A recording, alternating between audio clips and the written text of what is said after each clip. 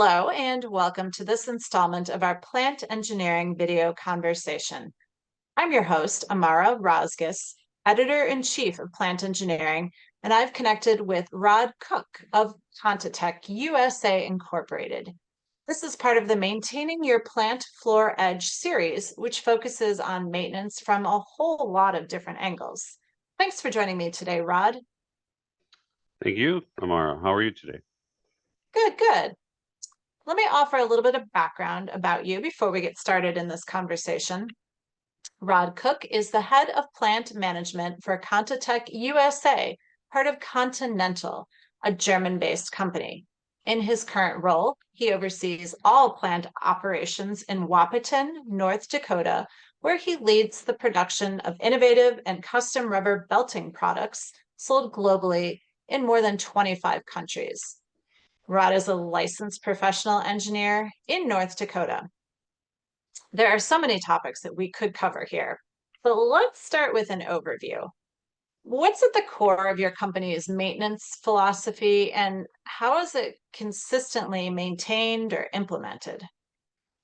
Yes, that is always the million-dollar question. And the concept is simple, but execution is complex. The concept we have here, I'm sure like most facilities, is 100% uptime, especially if your key equipment. Um, the bigger key to success is, and I'll talk about that in a couple minutes, is the fact that we make such custom products that we have to normally design a lot of our own in-plant equipment because we can't find equipment that will build what we needed to do. So very fortunate to have a full team of capable engineers on staff, automation, electrical, facilities, manufacturing, you name it. And we actually design, assemble, do the calculations, the qualification, in-plant build a lot of times, in production release of in-plant equipment. And that's been really key to our success for efficient uptime because we can custom design it based off the safety factors required for what we do and the products we make. And that's the biggest key to success I can think of for sure. Right. And it sounds like you have a workforce with a really diverse background. Yes, that's really key is um, it's really about the people. A lot of times the turnkey solutions available in the catalogs just don't make the products we need. So we really focus on getting the right talent pool. And they always say necessity is the mother of invention, and they're certainly right. We're in a rural state like North Dakota. Yeah, it sure sounds like it. All right, so I'm going to ask you to pull out your crystal ball. Future trends. What should engineers, plant managers, designers, what should they expect in the future for predictive or preventive maintenance? I think the big thing that I've been tracking here for a while now is it's something that every good factory or facility does do, I'm sure, is TPM, total preventive maintenance. That's nothing new. But I think the big game changer is going to be artificial intelligence. And I know you've probably talked about it or heard about it in some of your other video series already, and it's all the buzz out there. But it truly is. I use artificial intelligence every day, researching things, doing my job. And I think the key thing, the two key aspects I see for AI can really come in beneficial for maintenance and for uptime, like I just talked about, is the fact that number one, it can say, hey, your current duty cycle is this, and you're going to maybe change out some component every 100 hours or 100 days or whatever the interval is.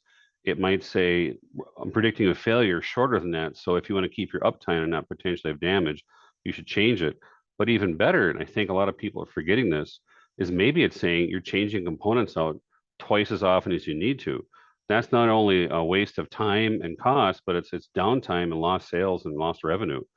And I think people oftentimes forget about the fact that if just think about your car. If you're changing oil twice as often as you have to, you're just throwing money out the window.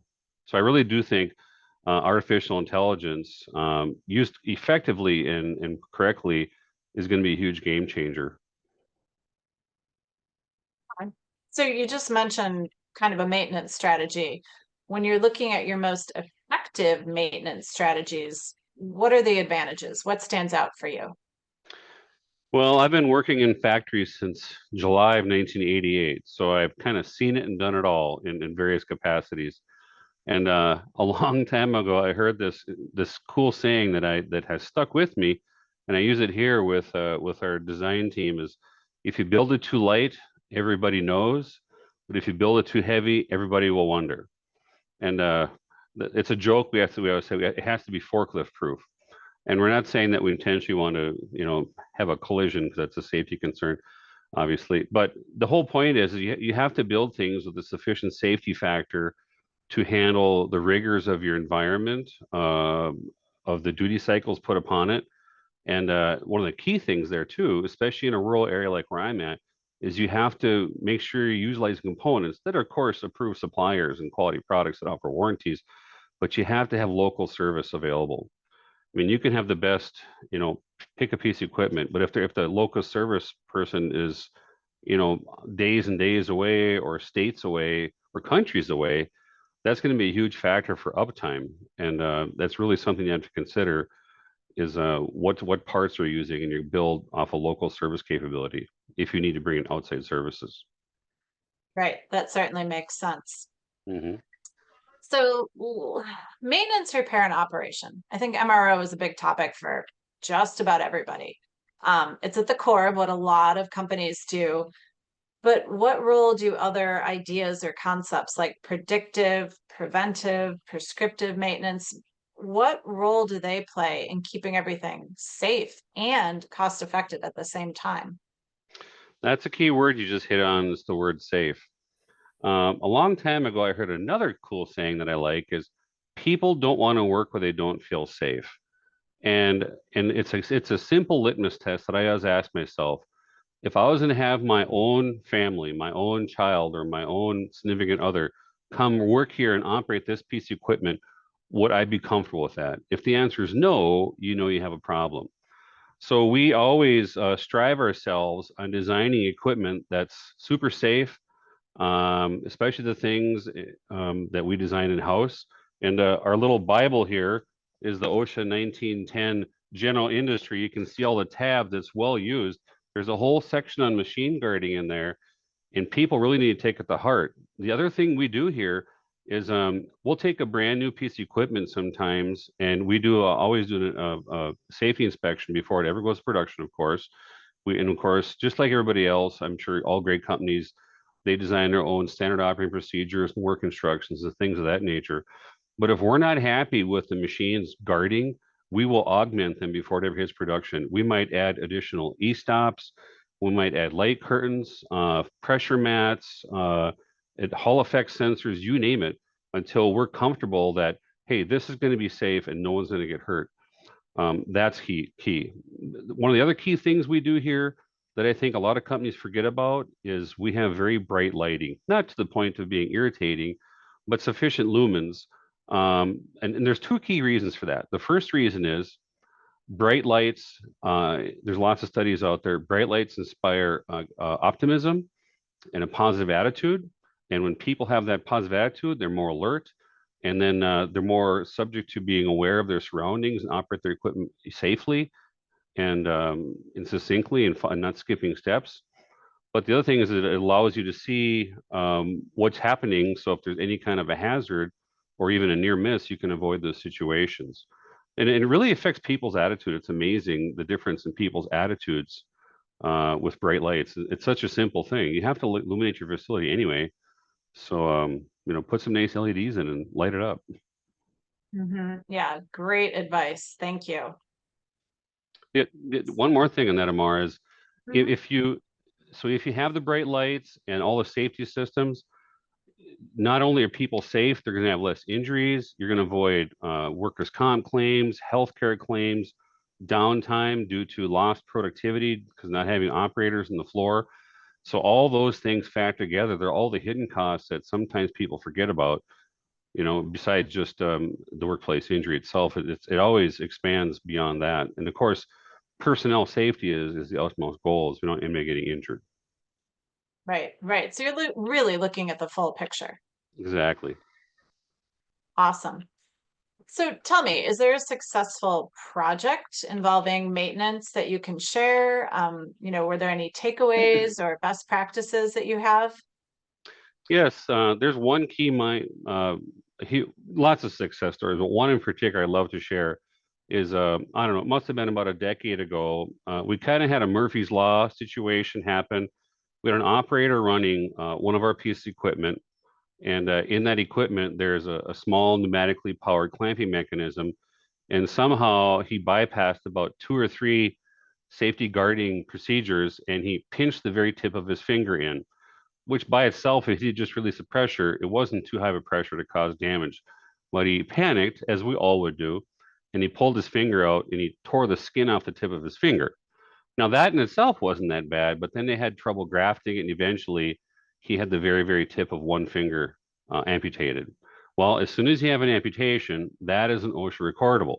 So, as per due diligence, we called our local OSHA officer and they came in, and we are always transparent, and we showed them the video of the situation, how it happened, what we did.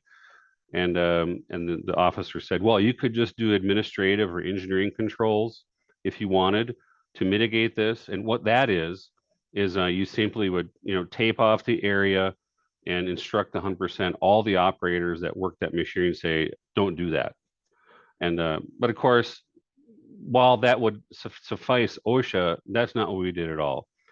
We did a bunch of things. Number one, we remote mounted the panel even further away, so there's no way you could operate the machine and even reach that area. Number two, we installed multiple gates to that area with Hall effect sensors. So anytime the gate was opened up, it automatically disabled power and de-energized the machine, so there'd be no inadvertent movement. Number three was one of the biggest things is we installed laser safety scanners that are programmable. So what that is it's basically a camera, and you tape off the floor area where the people walk or would operate the machinery near the movement area, and you can program that anytime you step within that area, it automatically locks the machine out. And that's been the biggest thing. And of course, we obviously then 100% trained all the operators in the area on the new procedures and processes. And and then the last big win in this is we could have just updated that one machine and been totally compliant with OSHA's requirements. We didn't. We updated over 20 because we rolled that out across the whole entire facility because, again, people won't want to work where they don't feel safe. So we took it full circle, and it's basically the whole goal is it's basically impossible to have this ever happen again, no matter how hard you try, if you even tried to do it. You know what I mean? So it's been a huge success story, and we got a lot of compliments from the OSHA inspector because they always do the follow up, which is fine, as well as our safety team from a corporate level as well. And it was a huge success story. What you can do if you go above and beyond just the engineering or administrative controls. Right. And it sounds like no incident since then. Absolutely not. Not a problem. Awesome. Well, that's a good success story. Thank you. You're welcome. All right. Well, that was Rod Koch at ContiTech USA talking about several topics related to MRO, predictive and preventive maintenance, and some best practices. Thanks, Rod. It was great to chat with you. You're very welcome. Well, for more information on maintaining your plant floor edge, predictive or preventive maintenance, and other general maintenance topics, visit Plant Engineering at www.plantengineering.com. Thanks for joining us today, and goodbye.